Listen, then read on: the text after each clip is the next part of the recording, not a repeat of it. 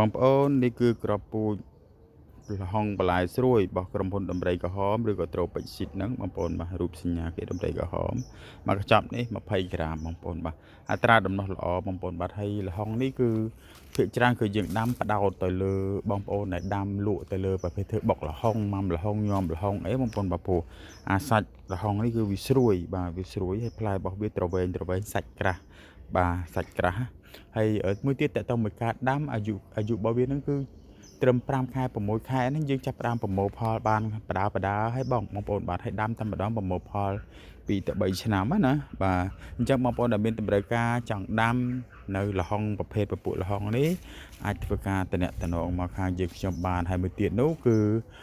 តកតងជាមួយនឹងយើងអាចចែករំលែកនៅបទពិសោធន៍នៃការដាំថែទាំរហូតដល់ប្រមូលផលពីការដាក់ដំអាហ្នឹងគេដាំ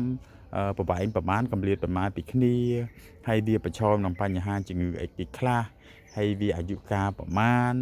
អញ្ចឹងណាអញ្ចឹងយើងអាចចែករំលែកបានបងប្អូនណាអញ្ចឹងបងប្អូនមានតម្រូវការដាក់ការកំងបងប្អូនបាទពូជលហុងបន្លែស្រួយមកកញ្ចប់20ក្រាមបាទអរគុណ